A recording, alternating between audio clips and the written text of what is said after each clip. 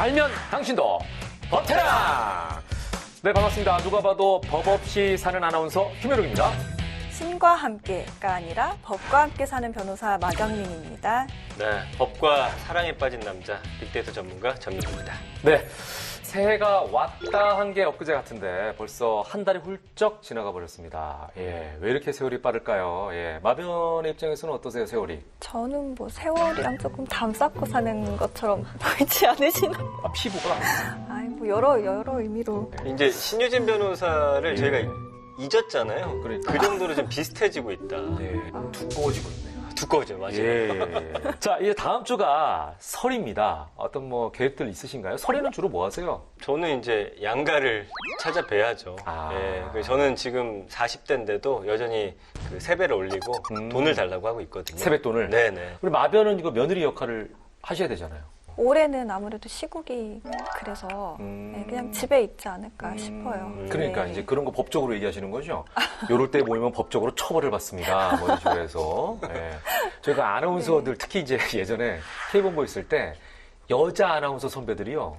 그렇게 설이나 추석 때 되잖아요. 네. 근무를 서겠다고 자처합니다. 되게 집안일을 안 하시려고 그러시는 거죠? 우리 뉴스를 해야 되니까 네, 네, 네. 제 뉴스를 본인이 해주겠다고 그렇게. 근데 어쨌든 올해는 좀 네. 코로나 때문에 네네. 어떤 사회적 거리두기가 유지가 되니까 저는 짧게 갔다 오고 네. 집에서 좀 책을 읽을 생각인데 예. 예, 법전을 좀 볼까 합니다. 네?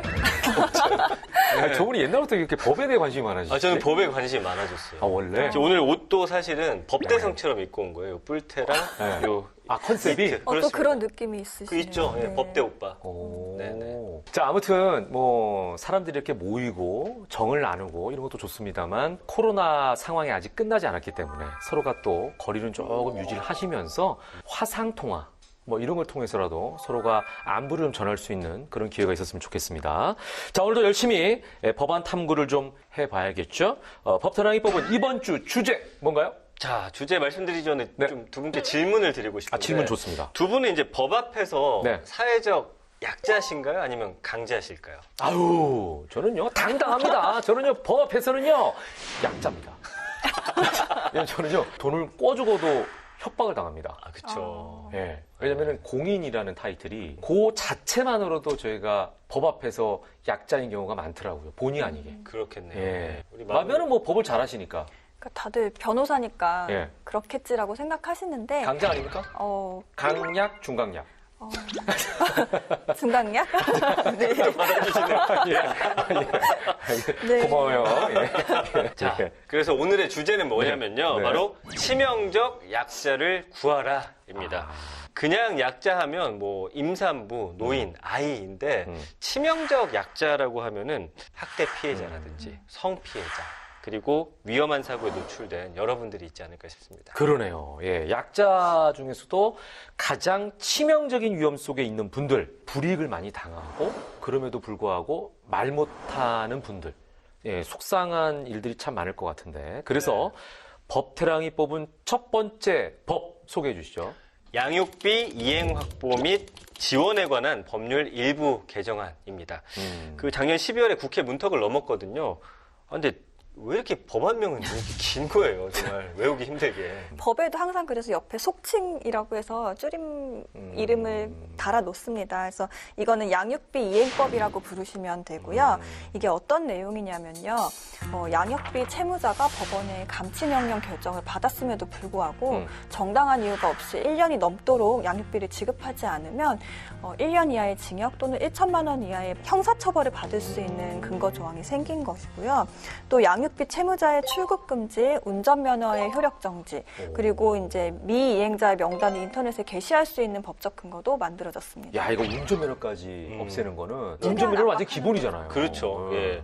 그래서 이제 여성가족부가 2018년에 실시한 한부모 가족 실태조사 보고서를 제가 직접 찾아보니까요. 네. 전체 미혼, 이혼 한부모의 78.8%가 양육비를 지금 받지 못하고 있다고 합니다. 아유. 그리고 또 양육비 이행관리원 신청 사건 중에 양육비 이행률도 37.5%밖에 안 돼요. 아, 굉장히 낮네요. 네. 예. 근데 아까 그 마변 얘기한 것 중에 감치 명령이라는 게 있는데 이게 감치가 가물치, 삼치, 갈치 뭐 이런 거 설마 아니죠라고 하면 제 MC의 위상에 맞지 않는 질문이죠. 제가 살짝 웃은 게 약간 자존심이 상하네요. 네. 정말 어이없는 질문 아닙니까? 감치. 네, 이게 네. 좀 평소에 안 쓰는 말인데요. 예. 재판부의 명령에 위배되는 행위를 하거나 아니면 재판부의 위신을 훼손하는 행위를 했을 때 재판부가 직권으로 구속할 수 있는 제재 조치를 말해요. 근데 이전에도 이제 고의적으로 양육비를 지급하지 않는 경우에는 감치할 수 있는 제도는 있었어요. 그렇지만 이제 주소를 허위로 기재하거나 그 주소지에 살지 않거나 하면은 이제 실제로 집행하기가 어려운 문제가 있었던 거죠. 그러네요. 이제 명단 공개 부분은 제가 좀 추가해서 말씀드리면요. 그 양육비 채권자가 여성가족부 장관에게 신청을 하면은 양육비 채무자에게 3개월 이상 소명 기회를 일단 줍니다. 그리고 나서 양육비 이행 심의위원회 심의 의결을 거쳐서 인터넷 홈페이지에 이제 공개할 수 있게 이렇게 했습니다. 네. 그러니까 이제 양육비는 단순하게 채권 채무 관계가 아니라는 거예요. 그죠? 어떻게 보면은 이혼 후에 아이가 어떻게 살아가느냐에 대한 어떤 삶의 중요한 요소잖아요. 네. 이것만큼은 꼭 지켜주자. 그러니까 아이들 생존을 지켜주자. 이제 이런 의미가 담겨 있는 것 같아요. 그래서 이제 한때 배드파더스 운동이라고 해가지고 네. 양육비 주지 않는 아빠들 이렇게 신고하고 뭐 이렇게 공개하고 그런 것들이 있었거든요. 그러니까 네. 아동의 생존권 보장, 그 다음에 뭐 복리 실현 위해서는 이런 제도 당연히 필요가 한 것이고, 그 다음에 국가의 책무라는 걸 좀 우리가 다시 한번 확인해 볼 수 있는 일인 것 같습니다. 그리고 다 이제 우리 부모잖아요. 그렇죠. 이해가 안 되는 게 아무리 이혼했어도 자기가 낳은 자식인데 법을 떠나서 그걸 책임을 안 지나? 그렇죠. 예. 자, 법태랑이 뽑은 오늘의 법, 치명적 약자를 구하라. 이번에는 법의 고수 국회의원을 모시고 직접 얘기를 나눠보는 시간입니다. 오늘 함께할 분, 바로 이분입니다.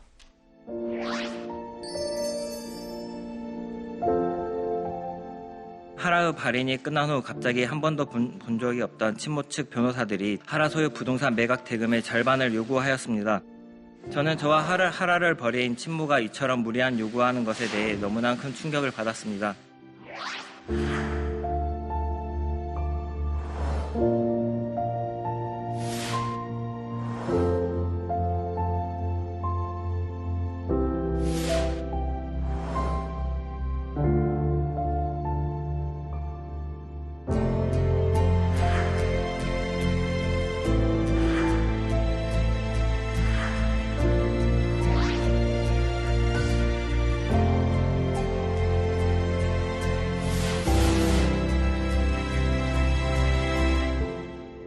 아동학대 범죄의 처벌 등에 관한 특례법 일부 개정 법률안 대안은 가결되었음을 선포합니다. 엄마가 돌보지 않고 떠나서 학대받는 아이들이 없도록 우리 모두 지켜야 합니다. 정인이의 양모, 양부에 대한 국민의 공분이 너무나도 컸습니다. 이와 관련해 그 아이의 보호가 필요한 곳에서 수사할 수 있게 수사 장치를 만들었고요. 3일 만에 아동학대 응급조치가 끝나야 돼요. 약 48시간 더 연장하는 9살 때 집을 나간 엄마는 재산의 50%를 갖고 가게 돼 있습니다. 마음 깊이 이 아이들을 추모하면서 다시는 하늘나라에서 아프지 않기를 간절히 기원합니다.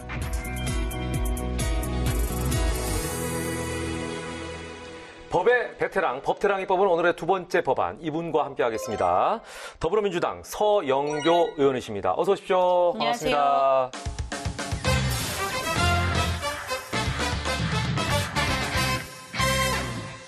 네. 저는 뭐 이분 또 자주 뵙던 분인데. 어디서 뵀어요? 예? 행사장에서 주로 뵙습니다. 저는. 아이고, 매번 의원님 나오실 때마다 자주 뵌다고 하니까. 예. 이거 이제 중랑구가 지역구시고. 네, 맞아요. 예, 중랑구 행사 때 자주 뵀죠. 예, 그리고. 아, 맞다. 중랑구에도 오시고. 그렇죠. 예. 큰 그 예. 경제계 행사나. 그렇죠. 예, 그쪽 이런 데 행사를 가시면, 많이. 예. 그렇죠. 중심에 서 계시더라고요. 예, 그렇죠. 했었고. 그리고 중랑구에 가면 가장 유명한 다리가 네. 서영교입니다. 서민의 영원한 다리라고 서영교님. 받아주셔서 감사합니다.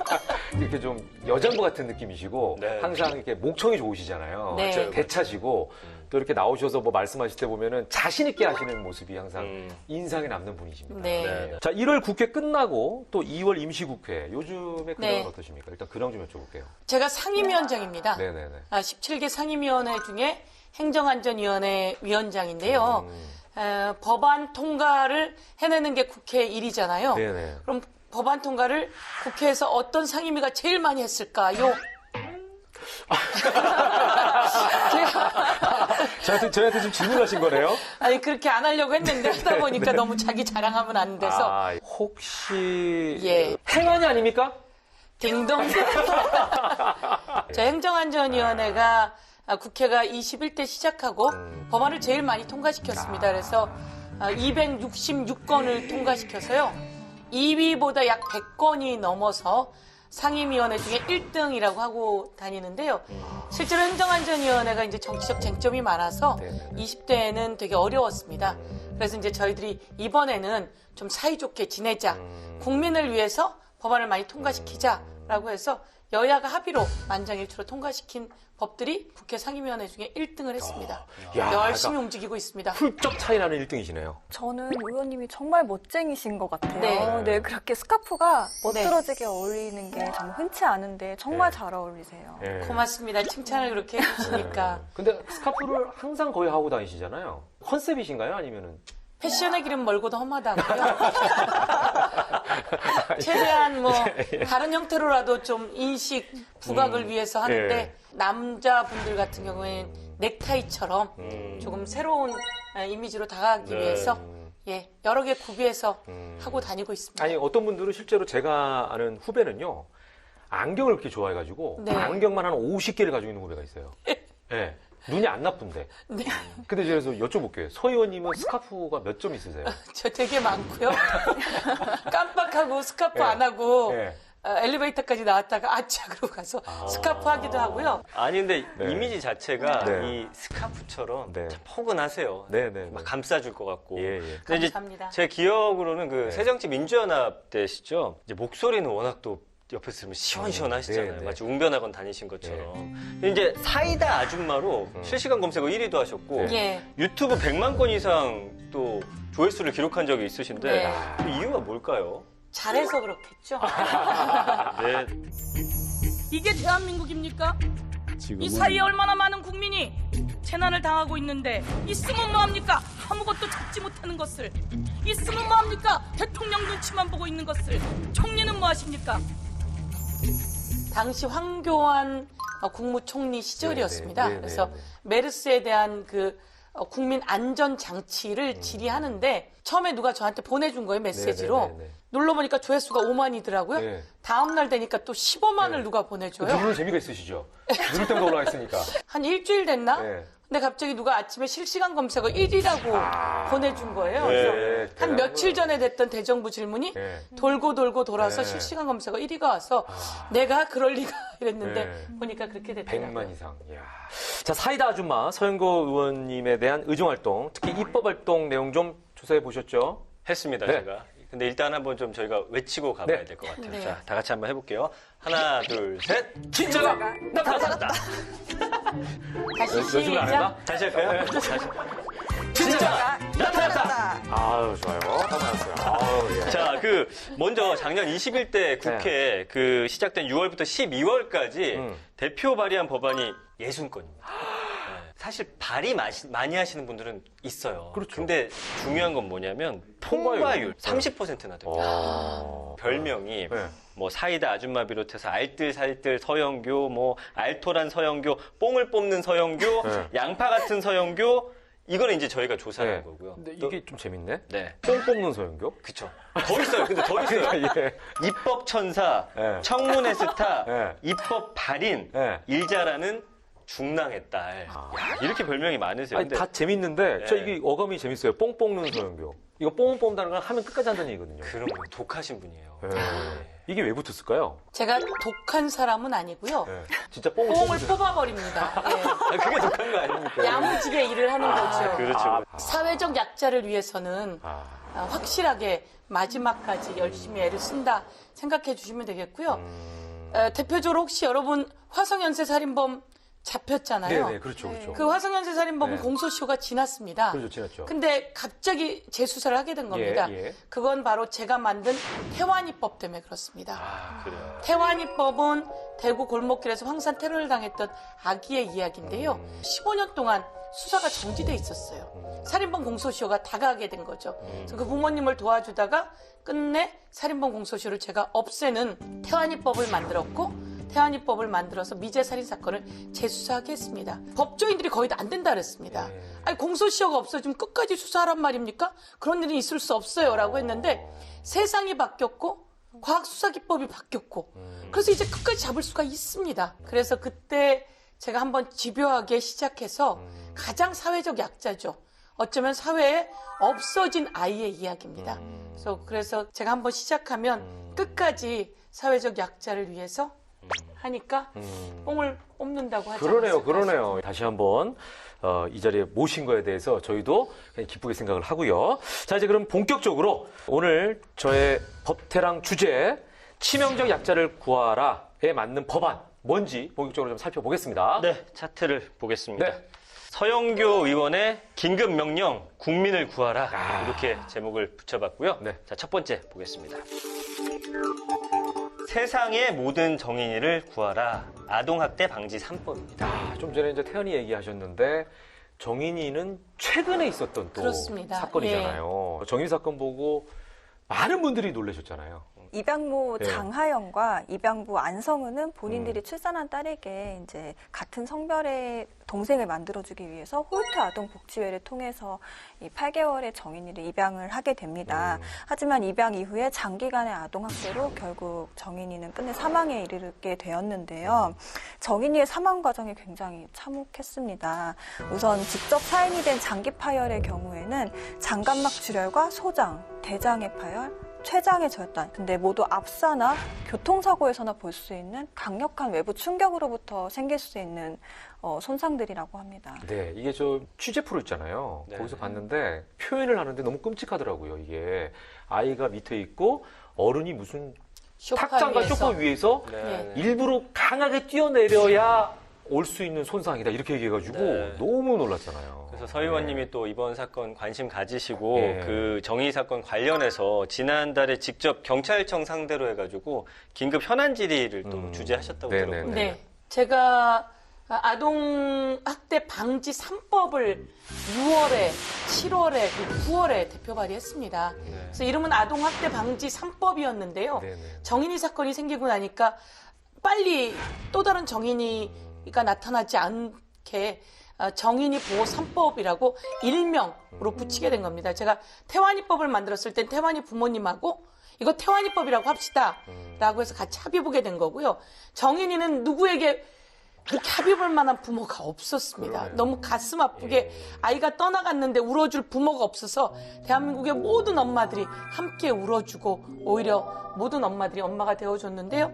그래서 정인이 사건이 터지고 발빠르게 움직여서 기존에 통과되지 못했던 법을 제가 법사위에 통과시켜달라고 요청해서 1월 7일 날 저희가 행안위 질의가 있었고요. 정인이 보호 3법이 법사위에 올라갔고 2개의 법안이 통과되었습니다. 아동이 학대를 받는다는 정황이 생기면 3일 만에 아동학대 응급조치가 끝나야 돼요. 잠깐 데리고 있다 보면 3일이 됩니다. 그래서 이것을 연장해서 약 48시간 더 연장하는 5일까지 연장하게 했고요. 학대가 일어난 집에서만 수사를 할 수 있게 되어 있습니다. 그래서 학대가 신고된 약국 또는 병원, 어린이집 등 그 아이의 보호가 필요한 곳에서 수사할 수 있게 수사 장치를 만들었고요. 이 정인이 같은 경우에는 아동 학대 치사죄가 네. 적용이 됐죠. 이제 그 이후에 검찰에서는 또 살인죄를 적용했네요. 예, 그렇습니다. 네. 원래 네, 이제 네. 경찰에서부터 아동학대 치사로 기소 의견을 올리게 되고요. 그게 또 검찰에서 그렇게 아동학대 치사로 올리게 됐는데 저희가 경찰 긴급 현안 질의 때 그 살인죄로 해야 된다. 췌장이 절단될 정도라면 고의를 가지고 폭력을 가하지 않고는 의도가 있었다는 거예요. 의도가 있습니다. 그리고 오랫동안 의도가 있게 해왔기 때문에 아동학대 치사를 이번에 검찰이 주 범죄는 살인죄로 그리고 그 또 아동학대 치사도 같이 해서 예비로 해서 공소장 변경을 법원이 받아들였다 이렇게 나왔습니다. 근데 의원님 그 세 차례 신고했다는 예. 부분에 대해서도 조치가 안 취해진 건 이거 왜 그런 거예요? 그러니까요. 네. 세 차례 신고할 때는 네. 어린이집에서 정인이에 대한 사진을 네. 날짜별로 찍어둡니다. 아. 부위별로 찍어두고요. 뽀얀 얼굴에 붉은 점이 생기고 그 붉은 점이 시퍼런 멍으로 바뀌는 그 과정이 있는데 네네. 그걸 어린이집에서 전부 다 사진하고 찍어가지고 아보전과 병원 의사의 소견까지 해갖고 수사를 의뢰를 했습니다. 네네. 근데 워낙 영악한 양모와 양부가 요것은 몽고반점이다, 요것은 아토피다 이렇게 얘기를 하고 거기가 중산층에 좀 안전한 가정처럼 보이는 거죠. 경찰이 그것을 제대로 수사하지 못하고 그렇게 넘어가게 된 거죠. 첫 번째 그렇게 넘어가게 되고 나니까 두 번째, 세 번째는 또 경찰이 첫 번째 신고받은 사람, 두 번째 신고받은 사람, 세 번째 신고받은 사람이 다릅니다. 사실은 경찰에게도 잘못이 있습니다. 엄연하게. 그래서 경찰들이 징계를 받고 있는 상태고요. 조금 아니랬네요, 어떻게 보면. 아니란 부분이 예, 있습니다. 예. 그 외에 이제 3법 중 하나가 예. 또 남은 게 뭔지 좀 3법 중 설명해 주세요. 하나가 아동복지법입니다. 아동복지법. 요건 보건복지위원회법인데요. 네. 그거는 아동이 위험한 상황에 처했을 때는 아동을 분리시킨다. 그런데 위험한 상황이 해소되었을 때는 아동을 가정으로 복귀시킨답니다. 그래서 그걸 원가정 제도라고 하는데 가정에 계부가 있었어요. 계부가 아이를 학대했습니다. 네네네. 아이가 보호기관으로 갔었습니다. 예. 필요하다고 계부가 또 불렀습니다. 네. 아이를 보내줬습니다. 그리고 아이가 세상을 떠났습니다. 그래서 제가 그 사건이 터졌을 때 이게 집으로만 보내는 게 능사가 아니다. 안전한 환경으로 보내야 되겠다라고 네. 해서 안전한 환경 안에는 집도 있고 다른 보호시설도 있고 어린이집도 있을 수 있기 때문에 그렇게 법을 만들었는데 그 법은 이제 보건복지위원회가 통과시켜야 합니다. 가정 그러면은 정말 가장 안전하고 따뜻한 곳이어야 되는데 가정이 그 역할을 못할 때는 그 차선책인 곳에다가 아이를 안전하게 그렇죠. 예. 보호 조치를 해야 된다는 말씀이신 예, 거잖아요. 예. 그러니까 의원님 말씀 듣다 보니까 이런 되게 중요한 아동 복지에 관한 것을 담당자 개개인의 뭐 양심이나 이런 거에 맡긴다는 것 자체가 저는 좀 국가가 직무유기를 하는 거 아닌가 이런 생각이 들면서 완벽한 시스템을 좀 하루빨리 만들어 주셨으면 하는 생각이 예, 드네요. 그게 저희들의 일입니다. 네. 현장에 있는 경찰들만 뭐라 그럴 수도 없는 게 집으로 수사를 하러 가면 왜 주거침입죄로 고소를 한다든지 그렇죠. 그리고 또 그렇게 고소를 당하고 나면 인사상 불이익을 받는다든지 그렇습니다. 그래서 시스템으로 집만이 아니라 아까 그래서 약국이라든지 병원이라든지 이런 데서 수사할 수 있게도 해주고 주거침입으로 고소하거나 이러면 나라가 그것은 대신 법적 조치를 해주고 특히 아동, 노인, 장애인, 여성 등 사회적 약자를 학대하거나 생명이나 안전에 관한 것일 때는 경찰이나 현장에 있는 분들이 적극적으로 조치를 취했을 때 면책해주고 네. 인사상 불이익을 없게 하는 시스템도 저희가 만들려고 하고요. 정인이 같은 경우는 아주 어립니다. 네, 네. 보호를 하기 위해서 격리를 하면 정인이를 데리고 있을 만한 곳이 없습니다. 그렇죠. 그래서 정인이 같은 어린아이를 데리고 있어 줄 만한 어린이집 또는 전담 보호사, 네. 전담 보호가정 요 제도를 당정청이 같이 논의해서 만들려고 준비를 하고 있습니다. 그러니까 이제 특수한 상황에 맞는 어떤 네. 시스템이 있어야 된다는 말씀이신 거잖아요. 네. 예를 들어서 우리가 화재가 났을 때 소방차가 출동했는데 길을 막아놓은 자동차는 소방차가 쳐도 사실 송괴죄가 없거든요. 왜냐하면 길을 막아놨기 때문에 그 면책이잖아요. 그렇죠. 예, 그런 것처럼 아이가 이런 특수한 상황에 놓여 있다라고 하면은 그렇게 해도 사실 이건 주거 침입이라고 하는 게 성립되지 않도록 그렇죠. 좀 해줘야만 예. 소극적이지 않고 적극적으로 경찰들이 대처할 수 있지 않을까 맞습니다. 이런 생각이 좀 드네요. 그리고 지금 예. 시스템 말씀하셨는데 이 아동들을 따로 좀 격리해서 보호할 시설이 좀 굉장히 부족하다고 들었어요. 지금 전국에 이런 쉼터가 72곳밖에 안 된다면서요. 맞습니다. 전국에 그런 아이들 보호기관이 72곳밖에 안 되기 아이고. 때문에 그곳을 찾는 것도 그것을 찾아서 보내는데도 시간이 걸리게 되는 거죠. 그리고 또 아동이라고 하면 만 18살 이하가 전부 다 아동입니다. 그럼 영아에서부터 그 아이들이 같이 있는 공간이 되어야 되는 겁니다. 우리가 아동학대라고 하는 개념 자체도 얼마 되지 않았습니다. 그래서 이 아이들이 그 공간에 갔을 때 과연 가정보다 안전하냐. 제가 그래서 이번에 그 경찰 담당관인 분들하고 간담회를 했는데 네네. 의원님 제가 아이를 분리시켰을 때 이 아이가 혹시나 부모님과 영원히 분리된다면 내가 지금 이 분리가 옳은 선택인가에 대한 고민이 많습니다. 이 아이를 학대로부터 예방하기 위해서 분리하더라도 꼭 다시 안전한 가정으로 돌아갈 수 있게도 해주십시오라고 얘기를 하더라고요. 그래서 네네. 그런 측면을 저희가 또 만들어내기 위한 작업을 또 하려고 하고 있습니다. 하실 일이 너무 많으시네요. 너무 많습니다. 예. 근데 어쨌거나 우리 대한민국의 미래가 아이들에게 달려 있잖아요. 예, 그런 만큼 굉장히 소중한 일을 하고 계신 것 같아요.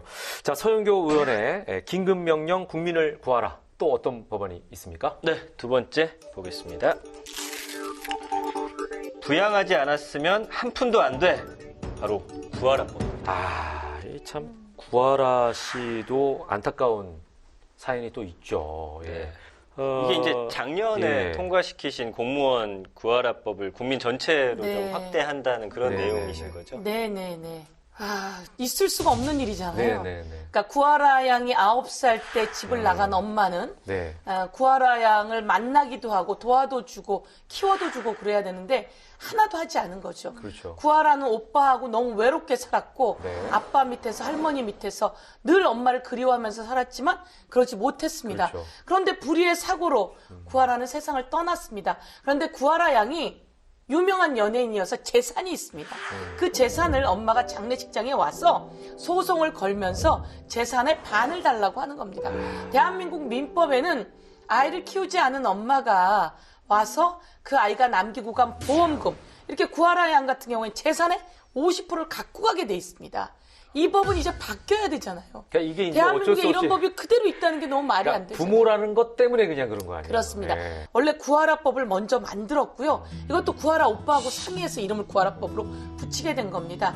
그런데 똑같은 사례가 소방관 구하라가 있었어요. 32년 동안 돌보지 않고 한 살 때 나갔는데 네. 트라우마에 시달리다가 세상을 떠난 딸의 그 보험금, 아휴. 공무원 연금을 반을 싹 다 갖고 가 매달 91만 원까지 갖고 가는 엄마가 생긴 겁니다.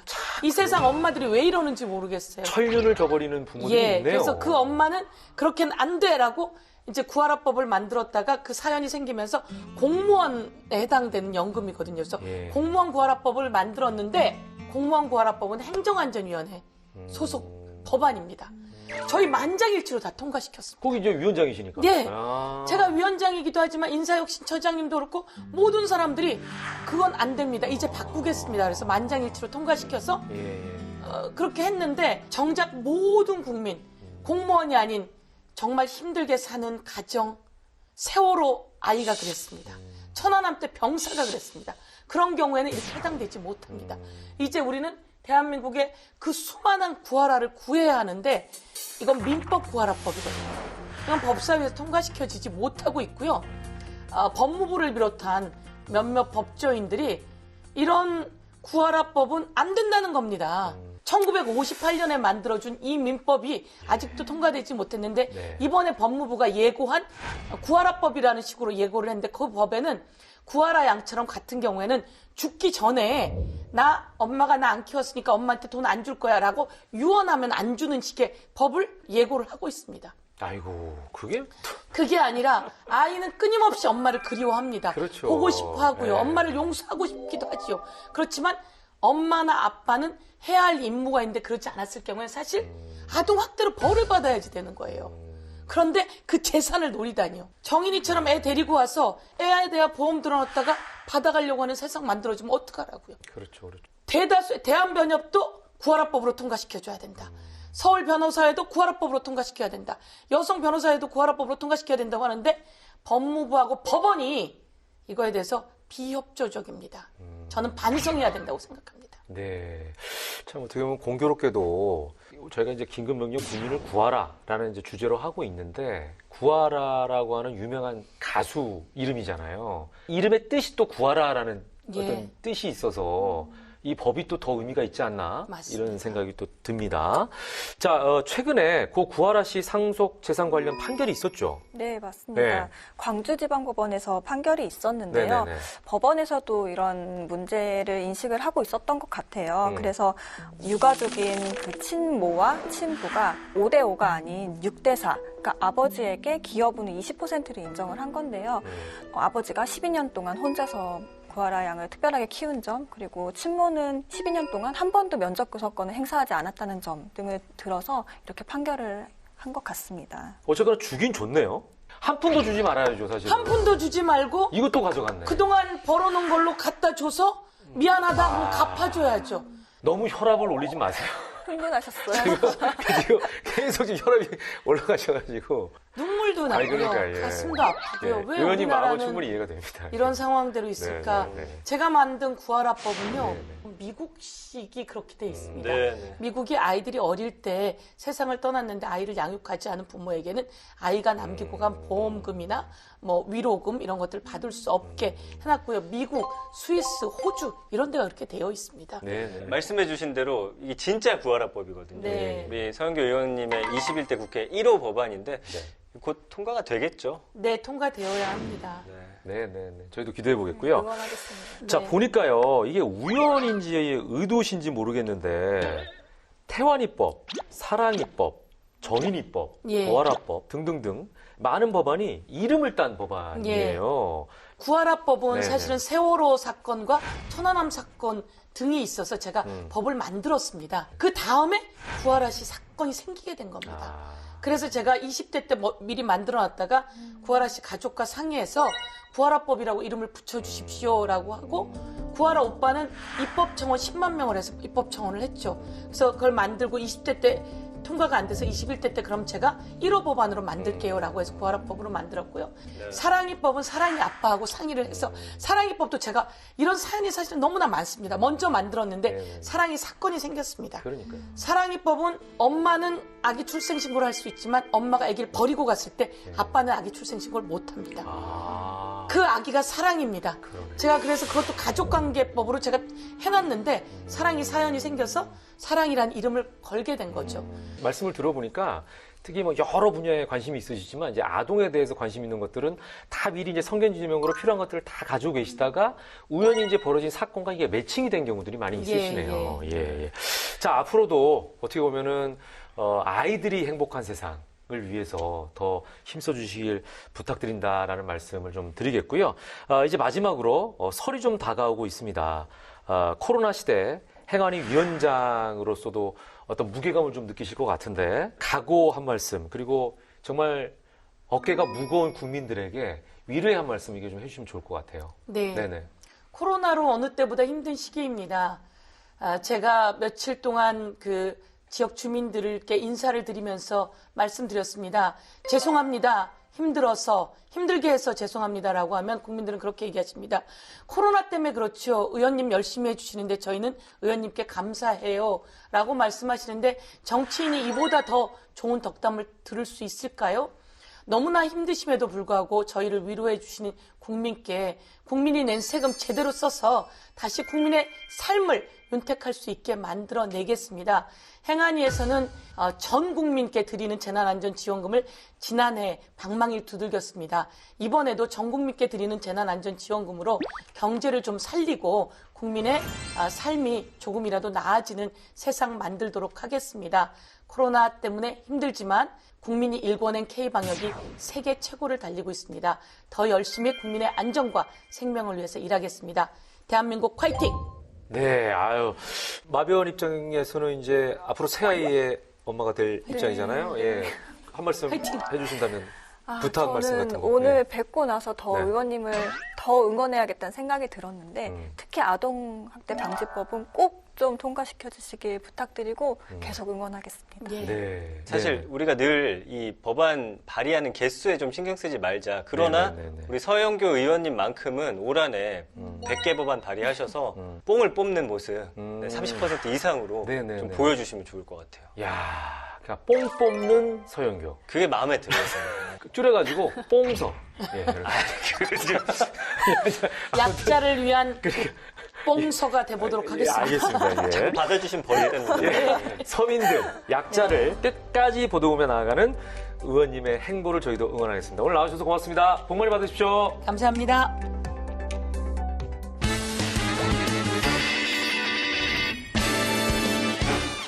알다가도 모르겠고 모르다가도 알 것 같은 법 때문에 속 터지는 분들의 속을 시원하게 풀어드리는 시간! 궁금할 법 하지. 네, 좋습니다. 이제는 마면은 이 코너가 익숙해졌을 것 같아요. 어때요? 그래도 조금은 늘지 않았나요? 늘었어요. 예. 능청스러워요.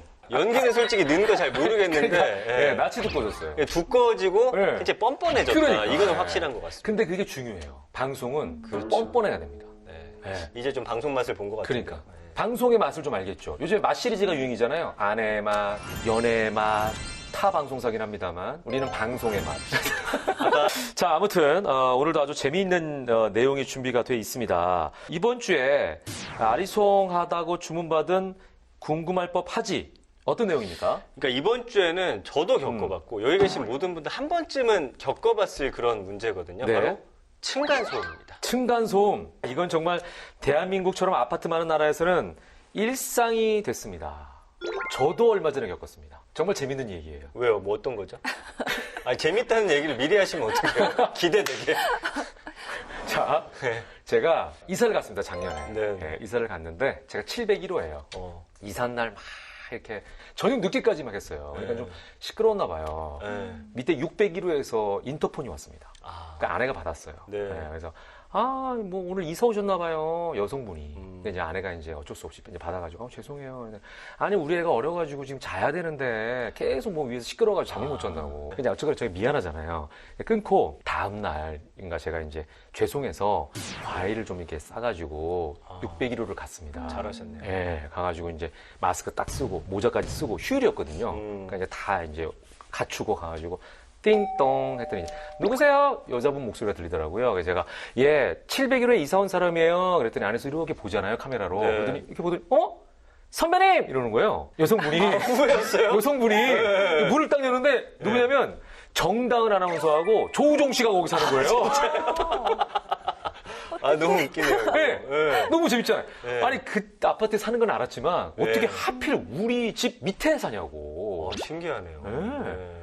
그래가지고 그 뒤로 제가 올라가서 자기야 내 후배가 살아서 너무 다행이다. 네. 마음껏 뛰고 있겠네요. 얼마나 다행이야. 우리가 뛰어도 좀 봐주지 않겠어? 그랬더니 바로 그 다음 뛰는데 네. 정다은 후배가 저한테 문자가 왔어요. 선배님 의자를 뺄 때는 밑에 고무를 끼시면 됩니다. 그러네. 그래 다은아 미안하다. 네. 이제 한 라인으로 연락이 오는군요. 바로. 근데 이제 친하니까 네. 서로가 이렇게 좋게 저희는 얘기를 할 수 있는데 네네. 모르는 분들 사이에서는 이게 문제가 되죠. 저도 아들이 둘이고 아직 둘째는 막 걷지는 못하지만 첫째가 이제 슬슬 막 뛰기 시작하거든요. 네, 그래서 항상 되게 조마조마해요. 바닥에 매트 깔고 그러고 지내고 그럴 때는 있습니다. 둘째가 안 그랬으면 좋겠죠. 심장이 그렇다니까 우리 지금도 너무 미안하니까 저희가 네. 습관이 뛰지 마! 발꿈치 들어! 맞아요. 아니 후배니까 더 민감해가지고 네. 그리고 제가 미안한데 후배가 이거 보면 안 되는데 네. 밑에서 마귀 할머니 올라.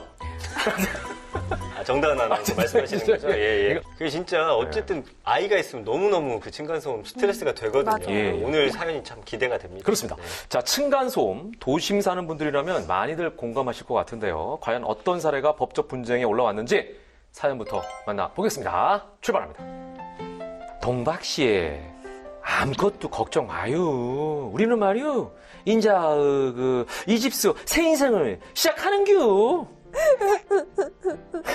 왜 이 좋은 날 울고 그려? 너무 좋아서 그러죠. 좋아서. 양식 씨, 그동안 정말 고생 많았어요. 다 양식 씨 덕분이에요. 아이고 뭐 이 정도 갖고 그려. 시집 잘 왔죠? 인제 우리는 고생 다 끝난겨. 여기서 그대와 내가 할 일은 그냥 송풍 거시기 하는 거밖에 없슈. 몰라. 이리 와봐요. 10년이라는 오랜 기다림과 노력 끝에 새 집을 장만한 동백 양식 부부. 그런데 이게 웬일입니까? 내 집의 기쁨도 잠시 슬픈 현실이 엄습해 왔습니다. 우당탕탕탕탕 에이요 켜지나 칭칭당네 우르르르르 쾅쾅 캐요 쾅쾅 양식 씨, 피해요, 피해. 집이 흔들려요. 지진이야, 지진. 아니 가만히 있어봐요. 이게 뭔 소리래요? 이거 아래층에서 거시기 하는 거 아니요? 이 밤에 뭔 일이요? 띠리리리 띠리리리. 여보세요. 그 905호에서 이 야밤에 무슨 일이십니까? 아 자식.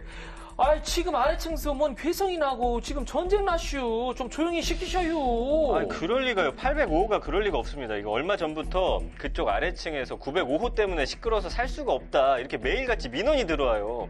전화했는데 전화도 안 받고. 아니 아저씨 뭔 소리예요? 우린 열흘 동안 여행 댕겨왔쇼. 집이 텅 비었었는데요. 에? 정말이에요? 아닌데 그 시끄러워서 살 수가 없다고 아래층에서 난리가 났었어요. 아 지금 이 소리 안 들려요? 천둥 쳐요. 천둥 쳐. 아 그리고요. 우린 늘 슬리퍼도 신고요. 카페트도 깔았쇼. 애도 없는디 거시기가 난리도 없쇼. 아이 그건 모르겠고요. 아래층이랑 잘 이야기해보세요. 예, 끊습니다. 아니 아저씨 그냥 끊으면 어떡해요? 양식 씨, 어떡해요? 아이 걱정 말아요. 오늘 지나보고요. 아이 자꾸 그럼 내가 내려가 볼 텐께 일단 차요 얼른. 저기요 905호인데요. 그거 나와봐요. 우리가 소음 낸다고 그랬담시요? 905호는 각성하라. 당신들은 지금 포위됐다. 더 이상 소음을 내면 폭발해버리겠다. 으유? 지금 뭐라는겨? 소음은 당신이 내고 있잖요. 지금 며칠째요. 잠을 못 자고 있잖요 우리가. 밤낮 없이 들리는 쿵쾅거림에 도저히 살 수 없으니 905는 이곳을 떠나라. 다시 한번 경고한다. 그렇게 시끄럽게 살고 싶으면 산속에 들어가 살아라. 삐. 아따 기청 떨어지겠네. 아니 군에서 나왔슈. 이봐요 문 좀 열어봐요. 이봐요 문 좀 열어봐요. 아따 기청 떨어지겠어. 아래층 남자는 시도 때도 없이 시끄럽다며 경비실에 신고를 했고 확성기를 설치해 굉음과 진동을 울려댔습니다. 결국 동백이 부부는 불안장애, 우울증 진단을 받고 갑니다. 우와, 양식 씨, 무서워요. 도저히 무서워서 못 살겠어요. 저 소리. 동백씨 이러면 안 돼요. 정신줄을 놓으면 큰일 나요. 동백씨. 어머, 여기가 어디예요? 양식 씨, 우리 집으로 가요. 집으로 가고 싶어요. 동백씨 그려 우리 여기 떠나요. 내가 저놈을 가만히 안 둘게요. 두고 봐요. 우리 부부한테 불안장에 갖다 준 저놈한테 손해배상 청구할게요. 야 우리는 재밌는데 네. 이 상황을 겪은 분들은 진짜 맞아요. 이거는 진짜 힘드시겠어요. 이게 사는 게 산인 게 아니겠어요. 층간소음에 대한 실화라고 하는데 동박이와 양식이의 소음 필 무렵으로 제가 약간 각색을 좀 해봤습니다. 제 주변에도 친구가 이제 이렇게 하다가 결국에는 한 집이 이사 가야 끝나더라고요. 이게 너무 사태가 너무 커져버리면 네. 뭐 그런 경우까지 제가 보긴 봤습니다. 진짜로. 여긴 이해가 안 되는 게 집에 아무도 없는데 소음이 들린다라는 부분이에요. 그러니까 이게 좀 환청 같아요, 저는. 아래층 분이 거의 습관처럼 이렇게 민원을 넣었다고 하더라고요. 그리고 이제 심지어 이들 부부가 이사 갔는데도 그 우퍼 스피커라고 하죠. 확성기로 네. 이 뭐 보복을 했다고 하는데 좀 이해하기가 힘듭니다. 자, 결론부터 살펴보죠. 소음 보복의 정신적 피해까지 지대한 이 상황. 손해배상이 가능한가요? 네, 받을 수 있습니다. 네. 아랫집은 미층 부부에게 수인 한도를 넘는 고통을 준 거죠. 이거는 민법상 불법 행위에 해당하고요. 이에 따른 위자료도 받을 수 있습니다. 실제 있었던 이 사례에 대해서 법원은 자신이 매수한 주거지에서 거주하지 못해 주거의 안정이라는 중요한 부분을 침해당하고 있어 위자료를 각각 500만 원으로 정하는 것이 상당하다라고 판시한 바 있습니다. 각각이면은 부부에게 각각 500만 원씩. 그쵸. 1000만 원을 준 거네. 그쵸.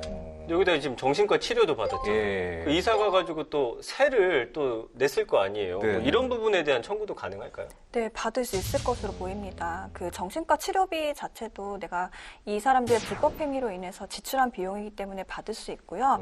부득이하게 이사를 가야 된다면 네네. 이사 비용이나 또 일정 기간에 월세를 내고 있다라고 하면 합리적인 범위 내에서는 월세도 어느 정도 받을 수 있을 것으로 보여집니다. 네.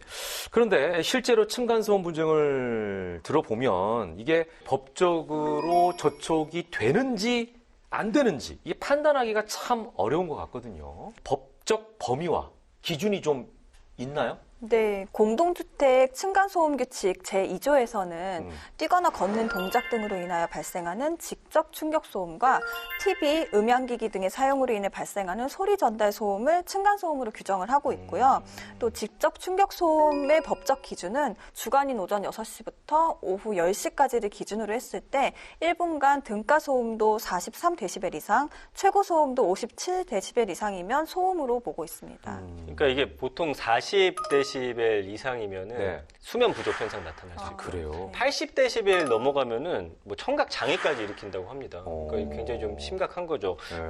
일단 경찰에 신고하면 어떨까요? 경찰에 신고하게 되면 경범죄 처벌법에 있는 인근소란죄라는 게 적용이 돼요. 네. 그래서 벌금 10만 원 이하에 해당하는 벌금을 부여받을 수 있는데요. 이게 경찰에 신고하면 상대방을 제재할 수 있기는 한데 네네. 이웃이잖아요. 그렇죠. 계속 이사 가지 않는 한 계속 봐야 되고 그러다 네. 보니까 아무래도 보복 우려 이런 것도 있어서 좀 적당히 합의하고 끝내는 경우가 많은 것 같습니다. 그러니까 결국 경찰 신고가 강제성은 없는 거네요. 그죠? 예, 10만 원 벌금이니까. 그냥 벌금을 주는 것까지는 가능하지만 네. 그 앞으로 또 하는 걸 막지는 못하는 거죠. 그러네. 그러니까 우리가 그러면은 예를 들어서 억하심정 있으면 그래 나 네. 10만 원 벌금 내고 너 한번 네. 죽어봐. 맞아요. 그러면은 100만 원 너 줄게 하고 10번 하는 거야. 예를 들어서 진짜. 그런 사람도 있어요, 진짜. 네. 무섭다. 그래서 이제 우리가 늘 하는 게 네. 관리사무소 같은 데다가 이제 네. 뭐 알리고 권고 요청한다든지 네. 경비실에 전화해서 좀 주의를 좀 줘라 네. 이렇게 하는 거 외에는 없잖아요. 그래도 안 되면 이제 분쟁조정위원회에다가 넣어보는 거 뭐 이 정도 이상은 없는 것 같더라고요. 네, 공동주택관리 분쟁조정위원회나 환경분쟁조정위원회 분쟁조정 신청은 가능한데요. 이것도 네네. 역시 강제성은 없습니다. 그런데 이제 국가소음정보시스템 홈페이지 들어가시면 거기에 층간소음 이웃사회센터라는 항목이 있는데요. 거기서 인터넷으로 신청도 가능하시고 방문이나 우편으로 층간소음 신고를 하실 수 있어요. 그러면 나와서 소음도 측정도 해주고 하니까 한번 확인해 보시는 것도 좋을 것 같습니다. 네. 사실 민원이 발생할 수 있겠죠. 그렇죠. 그때 서로를 조금만 배려하면 되거든요. 예. 뭐 매트를 깐다든지 아니면 네네. 층간소음 방지하는 슬리퍼를 신는다든지 좀 서로가 좀 협조를 했으면 좋겠고 네. 이런 배려 사실 또 마음 먹으면 그렇게 어려운 거 아니잖아요. 그렇죠. 그렇죠. 예, 예, 예. 그리고 앞으로는 아파트 짓는 시공사에게도 좀 부탁을 드릴게요. 좀 두껍게 지어주세요. 맞아요. 네. 문제인 것 같아요. 좀 두껍게 지어주면 이런 일이 없잖아요. 마변 얼굴처럼 두껍게 져요. 그러니까 제가 그 정도였나요? 층간소음 없어. 예. 자, 그러니까 일단은 서로가 어쩔 수 없는 이런 아파트 환경이라고 하면 그 환경을 조금 인정하고 배려하고 이렇게 살았으면 좋겠습니다. 앞서 본 사연처럼 비정상적이고 도를 넘는 소음 보복 행위 등은 또한 법적으로 손해배상이 된다라는 것도 꼭 참고하시기 바랍니다. 자, 이렇게 해서 법조계 우리 이솜 마경민 변호사, 신우진 변호사를 대신해서 한 달에 걸쳐서 함께 해주셨습니다. 우리가 사실은 신우진 변호사가 처음 같이 한다고 네. 셋이서 쓰리샷으로 찍고 홍보 맞아요. 다 나갔는데 네. 신 변호사는 한 회 나오고요. 네. 마변은 4회 나왔습니다. 전 지금 얼굴이 기억이 안 나요. 어떻게 생기셨죠, 지금? 지금 다음 주에 봐야 돼요. 저기 뒤에 지켜보고 계신데. 아니, 아쉽네요. 이제 정이 그러니까요. 좀 들었거든요. 예, 여기 대본에는 예. 오늘은 작별 인사를 해야죠? 이렇게 써 있는데. 진짜인가요? 근데 진짜 마지막이라고 생각을 하니까 좀 아쉽기는 해요. 그렇죠. 근데 예. 정말 좋은 경험이었어요. 이렇게 네, 막 네, 재밌게 네. 법을 전할 수 있다는 게. 그러니까 네. 대부분 나가면 법 프로가 되게 딱딱하죠. 네, 법 맞아요. 그러면은 일단 딱딱 이게 네. 이제 굳어져 있는데 네. 법 프로를 제가 이 MC라서 드리는 말씀은 아니지만 네. 우리나라에 있는 법 프로 중에 이런 프로는 제가 봤을 때 처음이에요. 아니, 유일해요. 세계. 유일해요. 없습니다. 그러니까 제가 봤을 때 법 프로를 법태랑과 나머지 법 프로로 나눌 수 있을 것 같아요. 야, 말 잘하시네요. 네. 진짜. 네. 맞아요. 네, 제가 그러니까. 본 법프로 네. 중에선 정말 제일 재밌습니다. 아유, 감사합니다. 제가 나와서 하는 얘기는 네. 아닙니다. 그러네요. 예. 아무튼 정 주고 마음 주고 사랑도 줬지만 이제는 남이 되어 떠나가느냐 이렇게 마무리를 해야 되겠네요. 네. 마지막으로 한 말씀 해주시죠. 제가 좀 또 올 것 같은데. 우시는 거 아니죠? 아니에요. 우는 건 아니고요. 근데 진짜 아쉽기는 해요. 너무 두 분이 너무 재밌으시고 아유, 정말 베테랑다운 면모를 저한테 보여주셔가지고 많이 배우고 갑니다, 정말. 너무 수고하셨고요. 네. 예, 또 뵙겠습니다. 네. 네. 좋은 일로 불러주세요. 정말 좋은 일로. 그러니까. 신 변호사님과 함께. 그러니까 네. 저희가 설마 헤어지는 걸로는 만나지 않았으면 좋겠습니다. 네. 감사합니다. 네, 감사합니다. 만 변호사를 보내는 건 아쉽지만 신 변호사가 쾌차했다는 증거기도 하니까 그 또한 기쁘지 아니하겠습니까? 자, 법태랑이 준비한 내용은 여기까지입니다. 다 함께 외치면서 정리하죠. 알면 당신도 법태랑! 아유, 수고하셨습니다.